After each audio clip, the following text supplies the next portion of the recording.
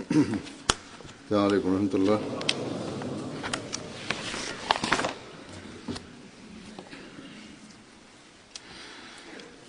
अशहदु अन ला इलाहा इल्लल्लाह वहदहु ला शरीका लहु व अशहदु अन्ना मुहम्मदन अब्दुहु व रसूलुहु। अम्मा बअदु फ़अऊज़ु बिल्लाहि मिनश शैतानिर रजीम। बिस्मिल्लाहिर रहमानिर रहीम।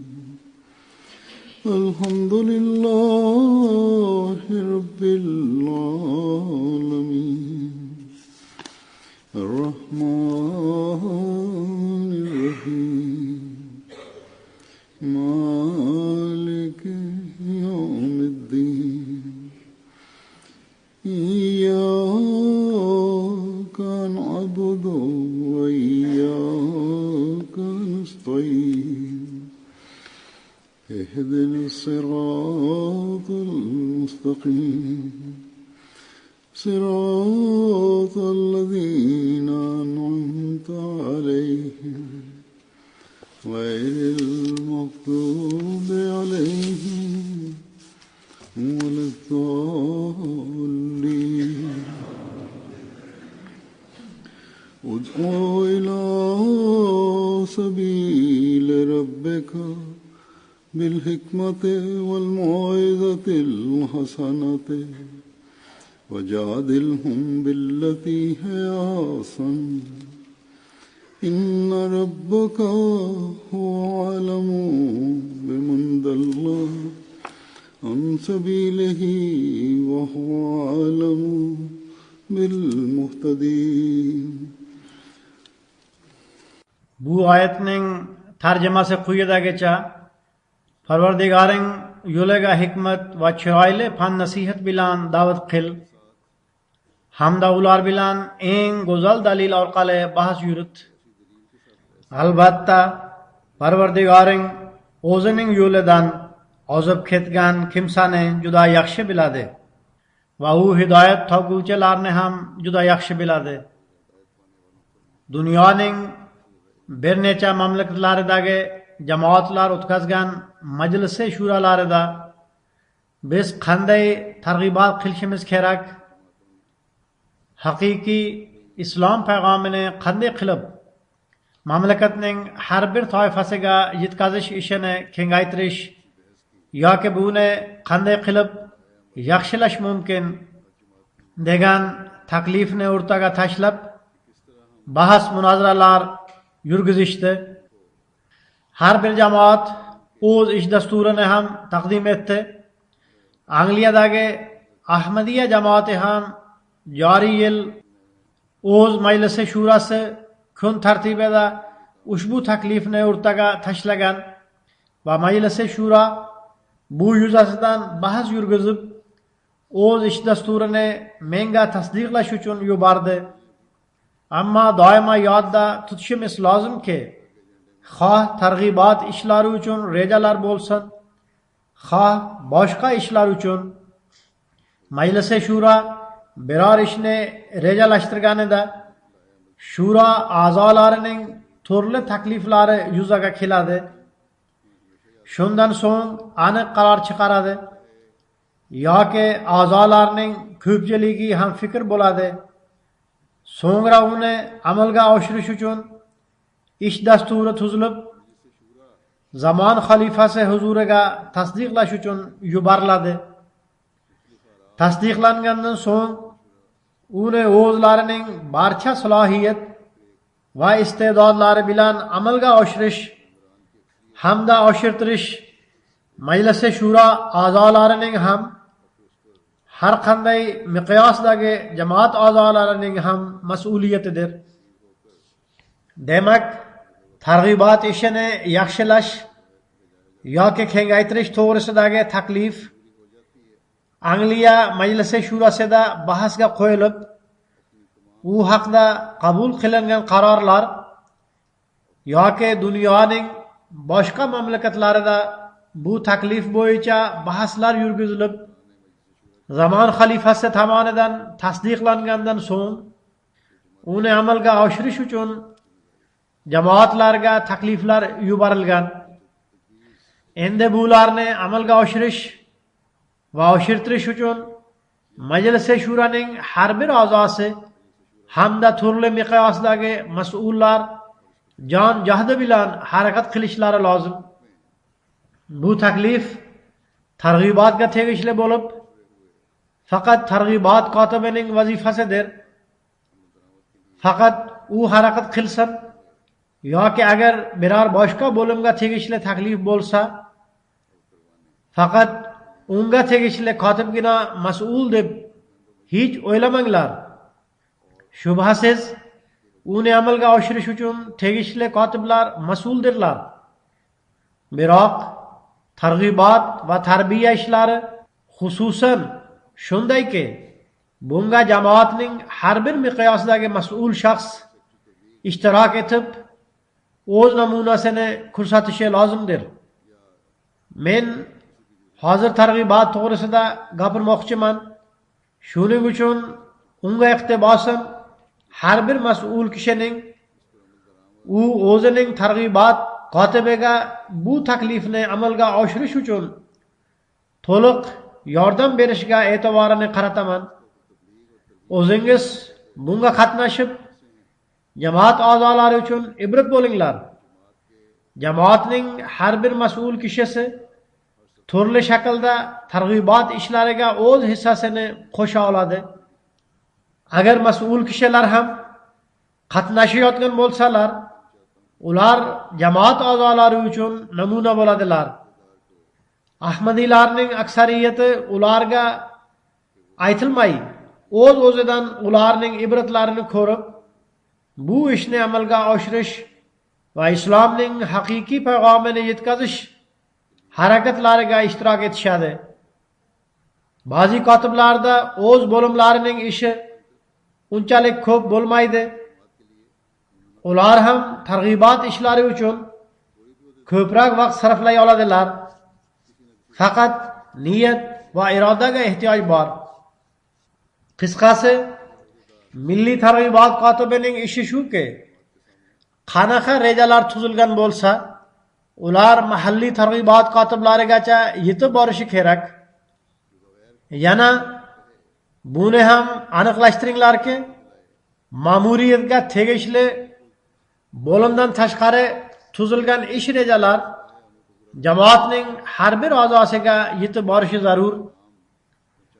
Eng asosiysi shuki, men tilovat qilib bergan oyatda Alloh taolo bizga qilgan rahnamolikni tushunib, unga yarasha har bir targ'ibot kotibi amal qilsin. Har bir mas'ul shaxs amal qilsin va maxsus targ'ibotchilar amal qilsinlar. Men maxsus targ'ibotchilarni alohida zikr qildim. Chunki bu kishilar o'zlarini biz boshqa jamoat a'zolariga nisbatan targ'ibot uchun ko'proq vaqt ajratamiz deb taqdim etganlar. Agar kishi o'z vaqtini ham ajratsa, bilimi ham ko'proq bo'lsa-yu, ammo Alloh taolo bayon etgan narsalarga e'tibor qaratmasa, unda u ish baraka va kerakli samara ham bermaydi. Nima bo'lganda ham Alloh taolo e'tiborimizni qaratgan eng birinchi narsa hikmat, ikkinchisi esa chiroyli pan nasihatdir. So'ngra u zot shunday deydi: bahsda yaxshi dalildan foydalaninglar. Bugungi kunda nomigagina ulamolar, terrorist guruh va tashkilotlar o'zlarining radikalligi, hikmatsizligi, aqlsizligi hamda dalilsiz gaplari tufayli islomni shu qadar badnom qilib qo'yganlarki, g'ayri musulmonlar islom dini hikmatdan xoli, dalil hujjatsiz va aqlsiz hamda ahmoqlarning dini bo'lib u faqat radikalizmdan saboq beradi deb tushunishadi. Alloh taolo saqlasin. Shunday vaziyatda Alloh taolaning farmoniga ko'ra targ'ibot qilish va targ'ibot uchun aloqalar o'rnatish har bir ahmadiyning muhim vazifasidir. Demak, bu ishning ahamiyatiga eng birinchi har bir doiradagi mas'ul shaxslar anglab yetishlari lozim. O'tgan 1-2 yil ichida terroristlar hamda ba'zi ulamolarning xatti harakatlari islomni o'ta yomon otliq qilib qo'yishdi. Ustiga ustak ommaviy axborot vositalari ham bu narsalarni bo'rtirib namoyish qildi. Bu yerda o'tgan kunlarda bir savol-javob o'tkazilib, unda islomning radikal va zolim din ekanligi hamda musulmonlarning namaqbulligi to'g'risida savol o'rtaga tashlanganda ommaning aksariyati islom radikal din, musulmonlar esa namaqbul kishilar, biz musulmonlarning mamlakatimizda yashashni xohlamaymiz. Bu odamlar davlat uchun zararlidir deb javob qaytardilar. Holbuki bir necha yillar oldin savol-javob qilinganda, ushbu savol-javob uyushtirilganda natija umuman buning aksi edi. U paytda ko'pchilik musulmonlarni yaxshi deb tushunar edi. Demak, shunday vaziyatda biz bilib olishimiz kerakki, qanchalik mehnat bilan Alloh taolo aytib bergan yo'l yo'riq asosida targ'ibot qilish lozim. Alloh taolo aytib bergan eng birinchi narsa targ'ibotni hikmat bilan amalga oshirishdir. Hikmat o'zi nima? Hikmat o'ta keng ma'noni bildiradi. Muvaffaqiyatli targ'ibot uchun bu narsalarni nazarda tutish kerak. Hikmatning bir ma'nosi bilimdir. Targ'ibot uchun bilim bo'lishi kerak. Ba'zi kishilar bizda bilim yo'q deb bahona qilishadi. Ushbu davrda bu bahona hech qanday bahona bo'la olmaydi. Zero Hazrat Masih Maud alayhissalom bizni dalillar bilan qurollantirib qo'yganlar. Bu bilim jamoat adabiyotlarida aks ettirilgan. Ozgina intilish ham bilim jihatidan yaxshi kuch ato etadi. Yana savol-javob shaklida audio, video materiallar ham mavjud. Shuningdek, veb-saytlar ham bor. Ko'pincha kishilar targ'ibot qilinganida bizda bahs munozara uchun ko'p vaqt yo'q deb aytishadi. Shunday kishilarga broshuralar berish mumkin. Qiziqadigan kishilarga veb-sayt manzillarini berish mumkin. Ko'proq qiziquvchan kishilar bor, ammo ularda unchalik vaqt bo'lmaydi. Ular keyinchalik jamoat to'g'risida ma'lumot olishadi. Ko'p sondagi kishilar menga o'zlari biz shunday ma'lumotlar oldik deb xabar qilishadi. Demak, eng birinchi o'z bilimingizni oshirishingiz lozim. Toki kim bilan ilmiy mulohaza yuritsangiz, uning saviyasiga mos kelishi kerak. Ikkinchidan, kerakli ilmiy javob bizning veb-saytlarimiz va adabiyotlarimizda qayrida joylashganidan xabardor bo'lmoqingiz lozim. Turli dinlar bilan aloqador kishilar hamda Alloh taolani inkor etuvchilar bilan ularning o'y fikriga ko'ra va ularning dalillariga yarasha dalillar keltirishingiz kerak. Shuningdek, hikmatning yana bir ma'nosi dalil va gap puxta hamda mustahkam bo'lishi lozim. Dalil kuchli bo'lishi kerak. Taqdim etilgan dalilni isbotlash uchun yana dalillar keltirishga to'g'ri kelmasin. Demak, uzoq bahs munozaralarni dalillar bilan rad etishga harakat qilish kerak. Demak, uzoq bahs munozaralarni boshlamay, e'tirozlarni ko'rib chiqib, ularni mustahkam dalillar bilan rad etishga harakat qilish kerak. Bu ish ham targ'ibot bo'limnikidir. Ular o'zlarining sharoitlariga yarasha shunday e'tirozlar va ularni rad etadigan dalillarni bir joyga to'plab jamoatlarga bersin, toki odamlarning aksariyatida e'tirozlarni yo'qqa chiqaradigan ilmiy, mustahkam va kuchli dalillar bo'lsin. Hikmatning yana bir ma'nosi bahs jarayonida qaytib o'zlariga tushadigan e'tirozlarni boshqalarga bildirmaslik kerak. Alloh taolaning fazl marhamati bilan Ahmadiya jamoatida Hazrat Masih Maud alayhissalomning tarbiyalari, adabiyotlari va xalifalarning adabiyotlari sababli shunday vaziyat paydo bo'lmaydi. Ammo boshqa musulmonlarda ya boshqa dindagi kishilarda bu ahvol nazarga tashlanadi. Boshqa musulmonlar bizga qarshi boshqa payg'ambarlarga ham tushadigan e'tirozlarni Hazrat Masih Maud alayhissalomga bildirishadi. Ba'zi o'zlarini olim deb hisoblaydigan katta kishilar boshqa payg'ambarlarga tushadigan e'tirozlarni Hazrat Masih Maud alayhissalomga ham bildirishadi. Demak, shu haqda ham bu e'tirozlarni yig'ib, javoblarni jamlab jamoatlarga berish lozim. Bu e'tirozlar Hazrat Masih Maud alayhissalom davridan beri qilinmoqda. Hazrat Masih Maud alayhissalomga, boshqa payg'ambarlarga hamda o'zlarining diniga tushadigan e'tirozlar ham qilinmoqda. O'sha vaqtdan beri Hazrat Masih Maud alayhissalom ham ularning bu e'tirozlariga o'zlarining adabiyotlaridan yoki diniy kitoblaridan javob qaytarganlar. U zot alayhissalom boshqa dindagilarga yoki musulmonlarga sizlar bildiradigan e'tirozlar darhaqiqat e'tiroz emas.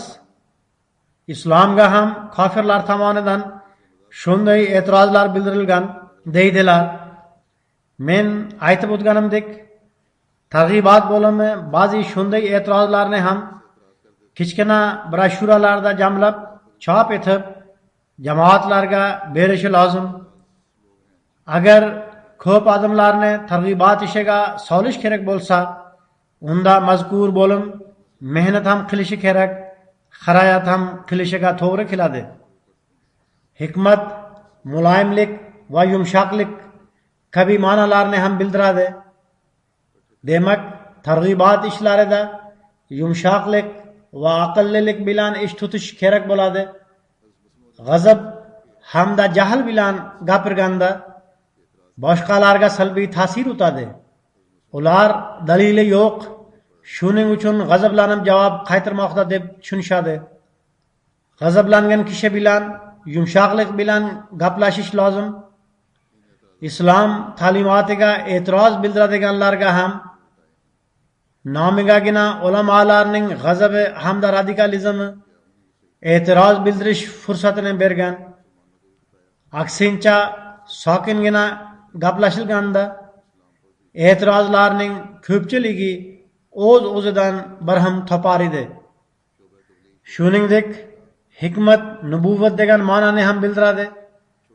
Demak, nubuvvat asosida bahslashish va dalillar keltirishning ma'nosi shuki, payg'ambar sallallohu alayhi va alihi va sallamga nozil bo'lgan Qur'on dalillari va ta'limotiga ko'ra targ'ibot ishlarini yurgizish lozim.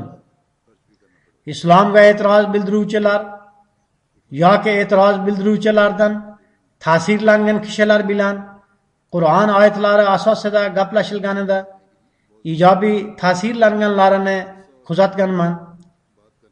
Hikmatning yana bir ma'nosi johillikdan to'xtatishdir.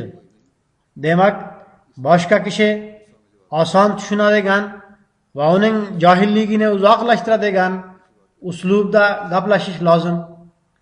Payg'ambar sallallohu alayhi va alihi vasallam ham odamlarning fahm farosatiga muvofiq gaplashinglar deb marhamat qilganlar.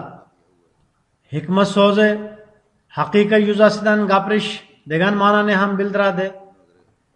Doimo rost va haqiqat yuzasidan gaplashish kerak. Birov boshqani ta'sirlantirish uchun haqiqatdan voz kechib gapirmasligi lozim. Haqiqatdan voz kechib aytilgan gaplar keyinchalik noto'g'ri yoki salbiy ta'sir o'tkazadi. Zero biron bir vaqt haqiqat oshkor bo'lib qoladi. Shuning uchun doimo rostgo'ylik va haqqoniylik bilan gaplashish lozim. Hikmatning yana bir ma'nosi sharoit va vaziyatga qarab gapirishdir.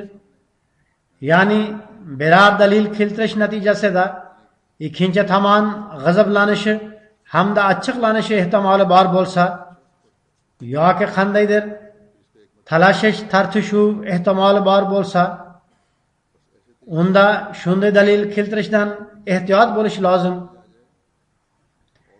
Dalilni sharoit va vaziyatga qarab hamda ikkinchi guruhning xarakteriga muvofiq keltirish kerak.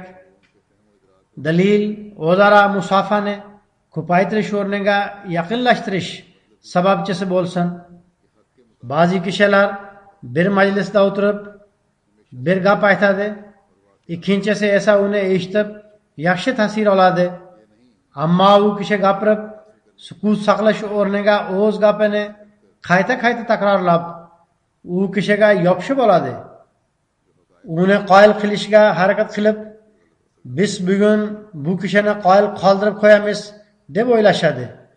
Natijada ikkinchi kishi nafratlanib, yaqin kelgan bo'lsa ham uzoqlashib ketadi. U birinchi eshitib ta'sirlangan narsalar ham yo'qqa chiqadi. Shu sababli targ'ibot uchun vaziyat, sharoit va xulq-atvorlarni inobatga olish nihoyatda muhim. Targ'ibotda doimiylik ham shart. Shaxsiy aloqalarni ko'paytirib, boshqalarning xulq-atvorlarini bilib olish ham mumkin. Demak, biz targ'ibot ishlarida muntazamlikni joriy qilishimiz lozim. Yil mobaynida bir yoki ikki marta targ'ibot ishlari bo'yicha 10 kunlikni nishonlab, yo'llarda turib, broshuralarni tarqatib, targ'ibot haqqi ado etildi deb tushunish yetarli emas. Shu kunlarda siyosiy panoh izlab turli yoshdagi kishilar bu yerga kelgan. Ulardan ba'zilari sog'lom yoshlar, ba'zilari yoshi katta insonlar. Ular haqida qaror chiqmaguncha aksariyatida vaqt ko'p va aksariyati bo'sh. Demak, shunga o'xshash barcha kishilar o'z sog'lig'i va yoshlariga ko'ra targ'ibot ishlari uchun o'zlarini taqdim etishlari lozim. Ular adabiyotlarni taqsimlash uchun oz yoki ko'p vaqt berishlari kerak. Agar ular til bilmasalar, adabiyot va audio video kasetalarni olib borishsin. Agar ko'chalarda adabiyotlarni tarqatish kerak bo'lsa, unda davomiylik bo'lishi lozim. Siyosiy panoh izlovchilardan bu ishda foydalanish kerak. Bu savob va ezgu ish bo'lib, targ'ibot vazifasi ham ado etilib qoladi. Ehtimol buning barakasida ularning huquqiy ishlari ham hal bo'lib qolar. Nima bo'lganda ham targ'ibotning davomiyligi uchun targ'ibot bo'limi tomonidan ularga ko'rsatmalar yetib borishi lozim. Ularga adabiyotlar yetkazilsin. So'ngra buni amalga ham oshirish kerak. Gaplar hikmatning aytib o'tilgan ma'nolariga muvofiq bo'lsin. mas'ul shaxslar ham, eskatdan yashovchilar ham bunga qatnashishlari lozim. Agar men siyosiy panoh izlovchilar to'g'risida aytgan bo'lsam, faqat o'shalar ishtirok etishi kerak deb tushunilmasin. Maxsus targ'ibotchilar faqat nomigagina maxsus targ'ibotchi bo'lmay, aksincha ular ko'proq vaqt ajratib targ'ibot maydoniga kelishlari lozim. Dunyo ahvollari qanaqa bo'lsa, sizlarning shunday ahvollaringiz dunyoga berilganlik hamda Alloh taolaning noroziligi sababli yuzaga kelmoqda. Buni bartaraf etish uchun faqat bittagina yo'l shuki, Alloh taolo tomon kelib haqqoniy dinni izlanglar deb ularga ochiq oydin xabar qilishimiz kerak. Go'zal fan nasihat bilan targ'ibotga buyurilish, bu hikmat bilan targ'ibot qilish degan ma'noni ham anglatadi. Muloyimlik va qalbga ta'sir o'tkazadigan uslubda targ'ibot qilinsin. Demak, Alloh taolo hikmat, go'zal fan nasihat va kuchli dalil bilan targ'ibot qilishga buyurgan. Bunga amal qilish bizning vazifamizdir. Muntazam bunga amal qilish bizning mas'uliyatimizdir. Alloh taolo kim gumrohlikda adashib yuradi, kim hidoyat topadi, bu natijalarni men o'zim chiqaraman deb marhamat qilgan. Bu narsalarni faqat Alloh taolagina biladi. Yana bir joyda u zot shunday deb marhamat qilgan: sizlar majburlab birovga hidoyat bera olmaysizlar. Sizlarning ishingiz targ'ibot qilishdir. Haq payg'amini dunyoning har bir kishisiga yetkazish lozim. Islomning go'zal ta'limoti va xususiyatlarini boshqalarga oshkor etish kerak. Sizlar uni oshkor etib boraveringlar. Men vaqtni zoya qilmay, faqat ta'sirlanadigan kishiga borib haq payg'amini yetkazaman deb aytib bo'lmaydi. Zero inson g'ayb ilmini bilmaydi. U kim ta'sirlanishini bila olmaydi. Alloh taolo shunday deydi: kimning ta'sirlanibu, kimning ta'sirlanmasligi bilimi sizlarga berilmagan. Shuning uchun Alloh taolaning farmoniga muvofiq natijalarga biz mas'ul emasmiz. Ya'ni nima uchun targ'ibotning ijobiy natijalari chiqmaydi? Nimaga targ'ibot natijasida 100% kishilar ta'sirlanib islomni qabul qilmaydi?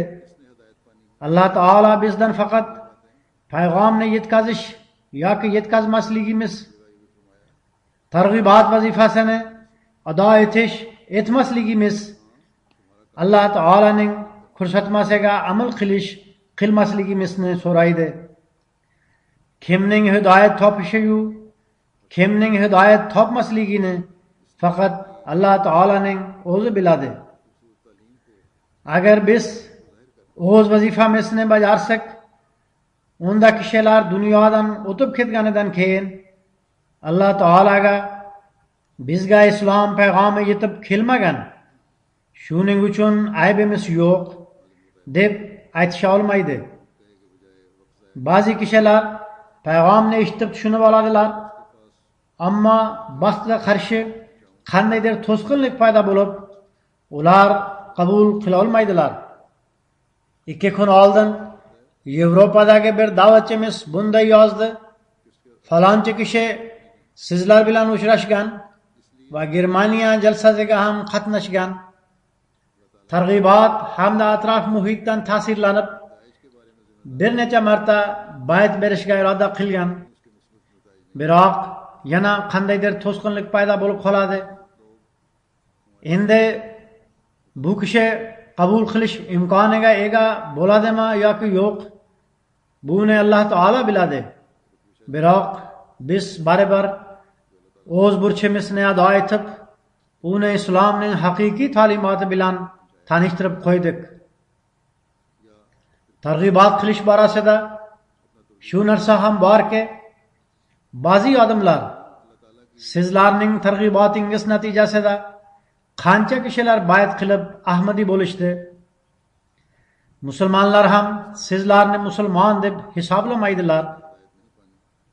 Targ'ibotingiz orqali islom dini payg'omi yetishiga qancha vaqt ketadi degan savollar berishadi. Ular o'zlari sizlarning so'zlaringiz tashqi ko'rinishdan aqalli va hikmatli ko'rinadi deb buni ham tan olishadi. Mendan ham bir qancha odamlar turli joylarda bu savollarni so'radilar va so'rashmoqda ham. Germaniyadagi ish safarimda ham bir jurnalist menga xuddi shu savolni bergan. Bizning javobimiz doimo shuki, bizga targ'ibot qilish va islom payg'omini yetkazish buyurilgan. Biz bu ishimizdan ortiga chekinguvchi emasmiz va chekinmaymiz ham. Biz o'z ishimizni albatta davom ettirib ketaveramiz. Kimning hidoyat topishiyu kimning topmasligini Alloh taolo o'zi biladi. Bizning zimmamizga qaysi ish yuklatilgan bo'lsa, biz uni amalga oshirishimiz lozim. Lekin shu bilan birgalikda Alloh taolo va uning payg'ambari g'olib chiqadi degan Alloh taolaning va'dasi ham bor. Inshaalloh biz bir kuni ko'pchilikka aylanamiz degan umiddamiz. Inshaalloh. Men yuqorida o'qigan oyatga tegishli Hazrat Masih Maud alayhissalomning iqtiboslari ham mavjud. Ularda u zot alayhissalom qanday qilib islomga muxolif kishilar o'zlarini g'azablantirishga harakat qilganlarini hamda bundan qat'iy nazar qanday qilib u zot alayhissalom bu oyatga amal qilib tinchlik buzilishi va fitna fasodni to'xtatish uchun o'z namunalarini ko'rsatdilar. Chunonchi u zot alayhissalom o'z kitoblarida shunday deydilar: Xudo biladi, biz javob berayotgan vaqtimizda hech ham muloyimlik va ohistalikni qo'ldan boy bermadik. Ya'ni u zot alayhissalom hech ham muloyimlik va ohistalikni tark qilmadilar. Hamisha yumshoq va muloyim so'zlarni ishlatdilar.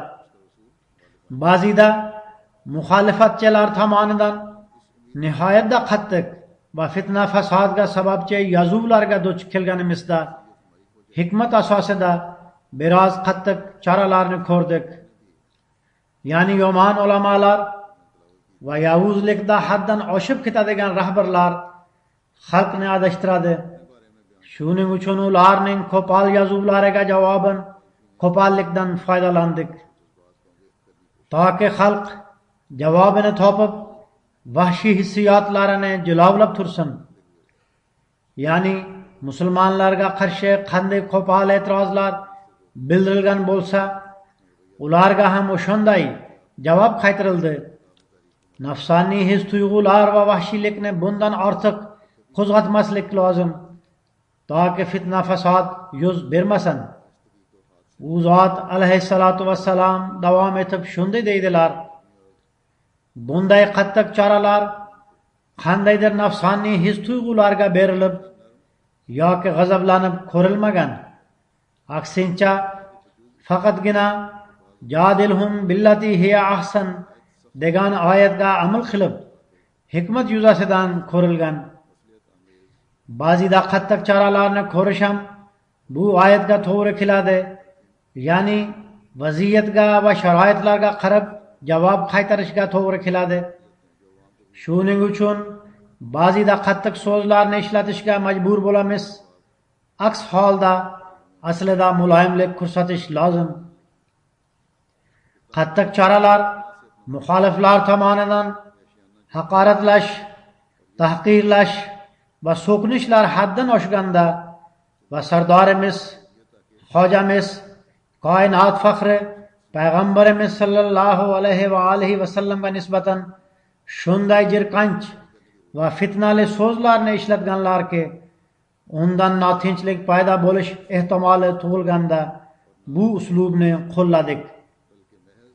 Demak, qayerda vaziyat shunday bo'lsa, u yerda jadilhum billati hiya ahsan degan oyatning ma'nosi shuki, qaysi uslubdan ikkinchi tomon foydalanayotgan bo'lsa, o'sha uslubda javob qaytarilsin. Haqiqiy maqsad muddao fitna fasodga barham berishdir. Demak, haqiqiy maqsad fitna fasodni to'xtatish va payg'omni to'g'ri yetkazishdir. U zot alayhissalatu vassalam muxoliflar to'tgan yo'lni hech qachon to'tgan emaslar.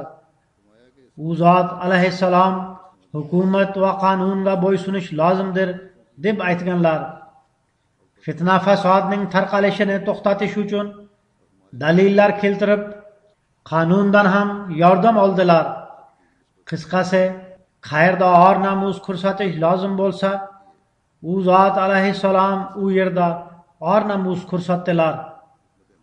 Yana bir joyda u zot alayhissalom shunday deydilar: Jadilhum billati hiya ahsan degan oyat munofiqlik darajasida yumshoqlik qilib, haqiqatga qarshi bo'lgan gapni tasdiqlash degan ma'noni bildirmaydi.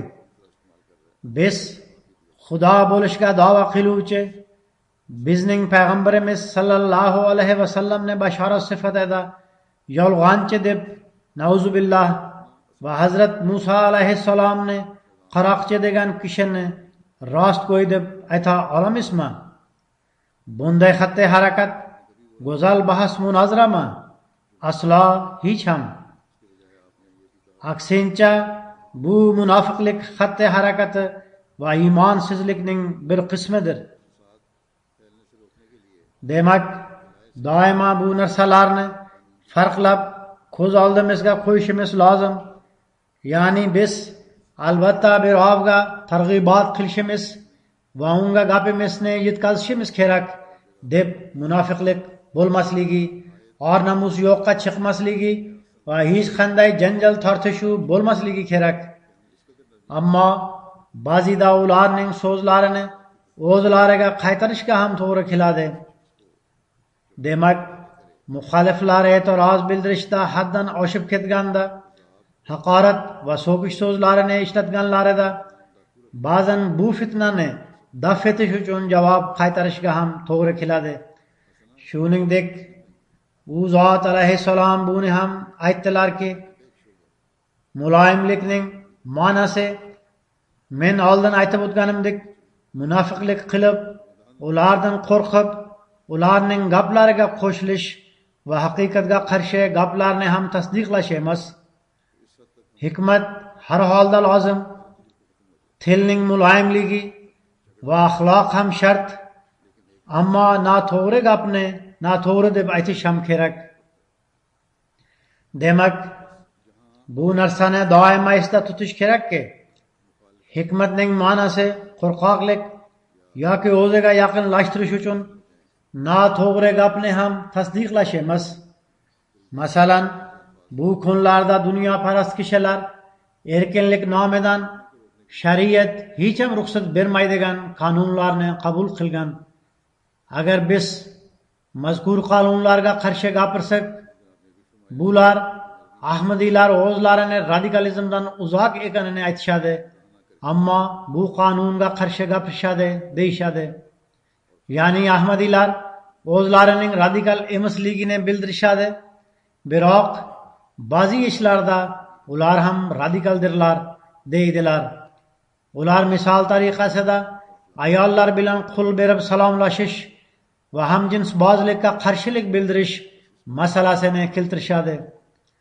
Yaqinda Germaniyada Ba'zilar menga bu haqda savollar berishdi.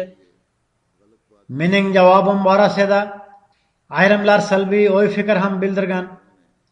Ammo ko'pchilik uning haqiqatini ham tushunib oldi. Bizning janjallashishimizga hojat yo'q. Qaysi narsa noto'g'ri bo'lsa, biz har holda uni noto'g'ri deb aytamiz. Yaqin kunlarda bir siyosiy partiya a'zosining partiya rahbari bo'lish ehtimoli ham bor edi. U men partiyaga rahbar bo'lishga nomzod emasman deb e'lon bildirdi. Zero men hamjinsbozlik va abort qildirishga qarshiman dedi. Bu ikkala masalaga qarshi jamiyatimiz biror so'z eshitish imkoniga ega emas. Gap hamjinsbozlik to'g'risida bo'lsa, Qur'on va Bibliyada ham bu yomonlik qiluvchilarga Alloh taolo tomonidan jazolanish zikri uchraydi. Ammo abort qildirishni ba'zi vaziyatlarda joiz deb tushunamiz. Lekin u kishining fikricha bu ham mumkin emas. Shuningdek, yana bir siyosiy partiyaning rahbari o'z partiyasi rahbarligidan hamjinsbozlikka qarshi bo'lgani uchun iste'foga chiqdi. U kishi men bu narsa tufayli o'z iymonim va siyosat o'rtasida bo'linib ketganman. Shuning uchun yaxshirog'i shuki, men o'z iymonimni saqlash uchun partiya rahbarligidan o'zimni uzoqroq tutay dedi.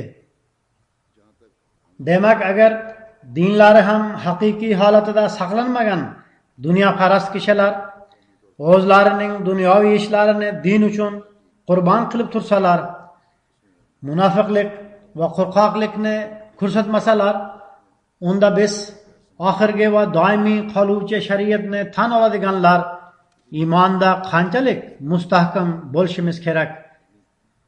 Biz dunyoviy va targ'ibot aloqalarimizda hikmat, kuchli va mustahkam dalillar bilan bu gaplarni rad etmog'imiz lozim. O'zlarining dunyoviy manfaatlari sababli bu narsalardan hamda aloqalarning uzilishidan qo'rqib, ularning gapiga qo'shilmaslik kerak. Agar hikmat bilan gaplashsak, aloqalar uzilmaydi. Yuqorida ham men zikr qilib o'tdim. Alloh taolo hidoyat topadiganlarni men o'zim bilaman deydi. Demak, Alloh taolo kimga hidoyat beradigan bo'lsa, uning ko'krag'ini u o'zi ochib qo'yadi. Mas'ul kishilar bu narsaga o'zgacha e'tibor qaratishlari lozim. Men ularda ba'zida qo'rqoqlikni kuzatganman. Qarshilikni inobatga olmaslik kerak. Qarshilik targ'ibot uchun yo'l ochadi. Hazrat Masih Maud alayhissalom bir joyda shunday deb marhamat qiladilar. Yolg'on qanchalik kuch bilan haqqa qarshilik qilsa, haqning shu qadar kuch-quvvati va toqati tezlashadi. Dehqonlarda shu narsa mashhurdirki, may-iyunda havo qanchalik ko'p isib ketsa, shunchalik ko'p yomg'ir yog'adi. Ya'ni qanchalik ko'p issiqlik ko'paysa, o'shanchalik yomg'ir oylari iyul, avgust va sentyabrda ko'proq yomg'ir yog'adi. U zot alayhissalom deydilar, bu tabiiy manzaradir. Haqqa qanchalik kuchli qarshilik bildirilsa, o'shanchalik u yarqirab, o'z shon shavkatini ko'rsatadi. Biz o'zimiz sinab ko'rganmiz. Qaysi joyda bizga nisbatan ko'proq shovqin suron ko'tarilgan bo'lsa, u yerda bir jamoat tayyor bo'lib qoldi. Qayerda odamlar bu gaplarni eshitib indamay qolishadi, u yerda ko'proq rivojlanish bo'lmaydi. Bu manzaralarni biz hozir ham kuzatmoqdamiz. Yaqin o'tganda Germaniyada Aljazoirdan kelgan bir atoqli g'ayri ahmadiy kishi men bilan uchrashdi. Bu kishi shunday dedi: hozir jamoatingiz u yerda nihoyatda aziyat chekmoqda. Biroq jamoatingiz tanishtiruvi va targ'iboti mamlakatning barcha burchaklariga bu qarshilik sababli yetib bordi. Odamlar jamoatni bilib oldilar. Ehtimol qanchalik tanishtirilib bu qarshilik sababli bo'lgan bo'lsa 10-20 yilda ham o'shanchalik bo'lmasdi. U yerdagi ahmadiylar ham ahvol ozgina yaxshilansa, ko'p hududlar shunday borki, u yerdagi odamlar ahmadiyatni qabul qilish uchun tayyor bo'lib turishibdi deb izhor etishadi. Demak, qarshiliklar va dunyoparast kishilardan qo'rqmaslik lozim. Biroq hikmatdan ham foydalanish shart. Targ'ibot uchun insonning so'zi va amalida mutanosiblik bo'lishi shart. Aytgan so'zlariga amal qiladigan kishilarning og'izlaridan hikmatli gaplar chiqib, boshqalarga ta'sir ham qiladi. Hazrat Masih Maud alayhissalatu vassalam bunga e'tiborimizni qaratib, bir joyda shunday deydilar: ko'pgina kishilar mavlaviy va ulamo deb atalib minbarlarga chiqib, o'zlarini payg'ambar noibi va payg'ambarlarning merosxo'ri sifatida tutib, vozxonlik qilib yurishibdi. Ular takabburlik qilmanglar, buzuq ishlardan saqlaninglar deyishadi. Biroq ular o'zlari bu ishlarni qilishadi. Sizlar buni gaplar qalblaringizga qanchalik ta'sir qilganidan bilib olasizlar. Targ'ibotchining so'zlari uning so'zi va amalida uyg'unlik bo'lgandagina ta'sir bo'ladi. U zot alayhissalatu vassalam deydilar: agar shunday kishilarda amaliy kuch ham bo'lganda edi va aytishdan oldin o'zlari ham bajarganda edi, Qur'onda lima taquluna ma la tafalunni aytishning hojati bo'lmas edi. Bu oyat shundan dalolat beradiki, dunyoda o'zlari aytib turib, o'zlari amal qilmaydigan kishilar bor edi, bo'lmoqda va bo'ladi ham. Sizlar mening so'zimni yaxshilab eshitib, yodda saqlab olinglar. Agar insonning so'zlashuvi chin yurakdan bo'lmasa va unda amaliy kuch yo'q bo'lsa, u ta'sirchan bo'lmaydi. Bundan bizning payg'ambarimiz sallallohu alayhi vasallamning katta haqqoniyligi isbotlanadi. Zero qaysi muvaffaqiyatlarni u zot qozongan bo'lsalar va qanaqa ta'sirni u zot sallallohu alayhi vasallam qalblarga o'tkazgan bo'lsalar, inson bolasi tarixida uning misoli uchramaydi. Buning barchasi u zot alayhissalomning so'zlari va amallari o'rtasida to'liq uyg'unlik bo'lgani uchun yuz bergan. Yodda saqlanglar, bizga ham nasihat qilib qo'ydilar.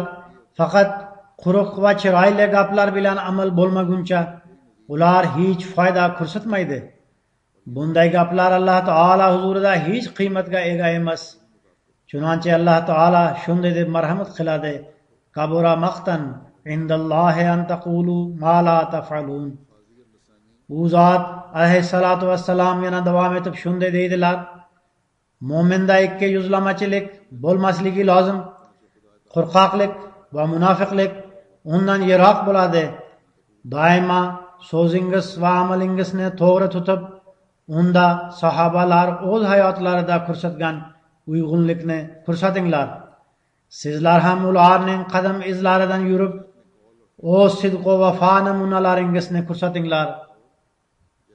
U zot alayhissalatu vassalam yana bir joyda nasihat qilib shunday deydilar: islomni qo'riqlash va uning haqqoniyligini oshkor etish uchun eng birinchi narsa shuki, sizlar haqiqiy musulmonlarning namunasini ko'rsatinglar. Ikkinchisi shuki, uning yaxshiliklari va fazilatlarini dunyoda tarqatinglar. Ya'ni birinchi o'zlaringiz namuna bo'linglar, so'ngra islomni targ'ib qilib, fazilatlarini dunyoga yetkazinglar.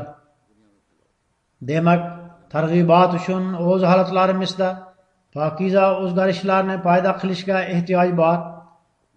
Agar inson haqiqiy musulmonning namunasi bo'lib qolsa, u holda odamlarning e'tiborini jalb etmaslik ehtimoli umuman yo'q. Namunani ko'rib, odamlar e'tiborlarini qaratadi. Shunday qilib, targ'ibotdan oldin targ'ibot uchun yo'l ochiladi. Alloh taolo bizga bunga muvofiq amal qilish uchun kuch quvvat ato etsin.